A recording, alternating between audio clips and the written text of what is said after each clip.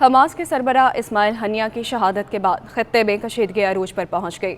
حزب اللہ کے سربراہ حسن نصر اللہ نے خبردار کیا ہے کہ اسرائیل پر حملہ جلد ہونے جا رہا ہے اور حملے کے وقت سے متعلق بے یقینی اسرائیل کی سزا کا حصہ ہے۔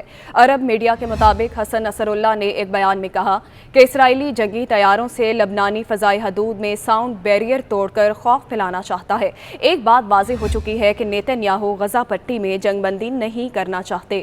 حسن نصر اللہ نے کہا کہ شاید ہم اسرائیل کو اکیلے جواب دیں، شاید پورے مزاحمتی گروپوں کے ساتھ مل کر اسرائیل کو جواب دیں گے، لیکن اسرائیل کے خلاف ہمارا رد عمل آئے گا اور بھرپور آئے گا۔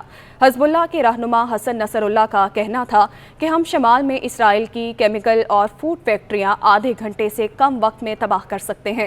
اسرائیلی حملے میں کمانڈر فواد شکر کی شہادت سے حزب اللہ کو بڑا نقصان پہنچا۔ اسماعیل ہنیہ کی شہادت سے حماس سمیت حزب اللہ کو بھی دھچکا پہنچا۔ حسن نصر اللہ کے بیان کے بعد اسرائیلی قصبوں میں خطرے کے سائرن بج گئے۔ ادھر ایرانی دارالحکومت تہران میں حماس کے سربراہ اسماعیل ہنیہ کی شہادت کے بعد ایران بھی میدان میں آ گیا ہے۔ امریکی اخبار وال اسٹریٹ جرنل نے دعویٰ کیا ہے کہ ایران نے راکٹ لانچرز کو حرکت میں لانا شروع کر دیا۔ رپورٹس کے مطابق امریکی اخبار وال اسٹریٹ نے دعویٰ کیا ہے کہ راکٹ لانچرز کی منتقلی کے ساتھ ساتھ ایران نے جنگی مشقیں بھی شروع کر دیں۔ وال اسٹریٹ جرنل کی جانب سے کیے گئے دعوے میں مزید کہا گیا ہے کہ ایران کی سرگرمیاں ظاہر کرتی ہیں کہ ایران آنے والے دنوں میں اسرائیل پر بڑے حملے کی تیاری کر رہا ہے۔ ایرانی پاسداران انقلاب نے کچھ روز قبل اعلان کیا تھا اسماعیل ہنیہ کی شہادت کا بدلہ مناسب وقت، مناسب جگہ اور طریقے سے لیا جائے گا۔ ادھر ایرانی صدر مسعود پزشکیان کا کہنا ہے کہ صہیونی حکومت کو اسماعیل ہنیہ پر حملے کا خمیازہ بھگتنا پڑے گا۔ تفصیلات کے مطابق ایران کے صدر مسعود پزشکیان کی اردن کے وزیر خارجہ ایمن الصفدی سے ملاقات ہوئی، جس میں ایرانی صدر مسعود پزشکیان نے مشرق وسطی اور بین الاقوامی سطح پر امن اور فلسطین میں صہیونی حکومت کے مظالم روکنے کی ضرورت پر زور دیا۔ ایرانی صدر مسعود پزشکیان کا کہنا تھا کہ صہیونی حکومت نے تہران میں اسماعیل ہنیہ پر حملہ کیا۔ اسماعیل ہنیہ ہمارے سرکاری مہمان تھے۔ یہ حملہ بین الاقوامی سفارتی اصولوں کی کھلم کھلا خلاف ورزی تھی۔ مسعود پزشکیان نے کہا کہ صہیونی حکومت کو اپنی غلطی کا خمیازہ بھگتنا پڑے گا۔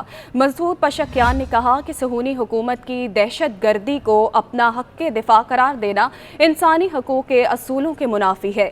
دوسری جانب اسماعیل ہنیہ کی شہادت کے بعد اسرائیل اور ایران کے بڑھتے ہوئے کشیدگی کے پیش نظر اینٹونی بلنکن نے G7 ممالک کو خبردار کیا ہے کہ ایران اور حزب اللہ اگلے 24 سے 48 گھنٹوں کے اندر اسرائیل پر حملہ کر سکتے ہیں۔ غیر ملکی میڈیا رپورٹس کے مطابق امریکہ چاہتا ہے کہ G7 اتحادی علاقائی جنگ کو روکنے کے لیے سفارتی دباؤ کا استعمال کریں اور زور دیں کہ حملہ اور رد عمل محدود ہو۔ اس سلسلے میں امریکی نیوز ویب سائٹ ایکزیس نے ایک غیر مصدقہ رپورٹ شائع کی ہے۔ 3 نامعلوم ذرائع کا حوالہ دیتے ہوئے رپورٹ میں کہا گیا ہے کہ اینٹونی بلنکن نے G7 کے اہم منصوبوں کو ایک کانفرنس کال میں بتایا کہ ایران اور حزب اللہ اسرائیل کے خلاف جلد حملہ کر سکتے ہیں۔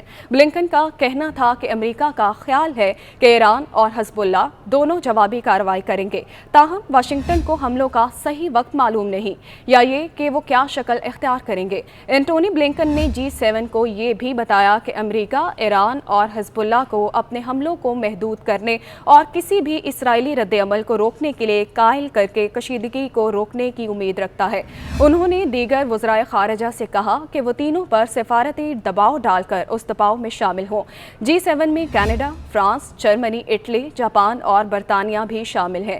انہوں نے پیر کو ایک بیان جاری کیا جس میں انہوں نے مشرق وسطی میں بڑھتی ہوئی کشیدگی پر گہری تشویش کا اظہار کیا اور تمام فریقوں سے تحمل کا مظاہرہ کرنے پر زور دیا ہے۔ امریکی وزیر خارجہ اینٹونی بلنکن نے کہا کہ مشرق وسطی میں کشیدگی کے خاتمے کے لیے تمام فریقوں کو اپنا کردار ادا کرنا ہوگا۔ واشنگٹن میں آسٹریلوی وزیر خارجہ سے ملاقات کے بعد میڈیا سے گفتگو کرتے ہوئے انہوں نے کہا کہ مشرق وسطی میں امن کے لیے امریکہ اپنی سفارتی کوششیں جاری رکھے ہوئے ہے۔ غزہ میں جنگ بندی کا معاہدہ بہت اہم ہے۔ تمام فریقوں کو معاہدے کی تکمیل کے لیے اپنا کردار ادا کرنا ہوگا۔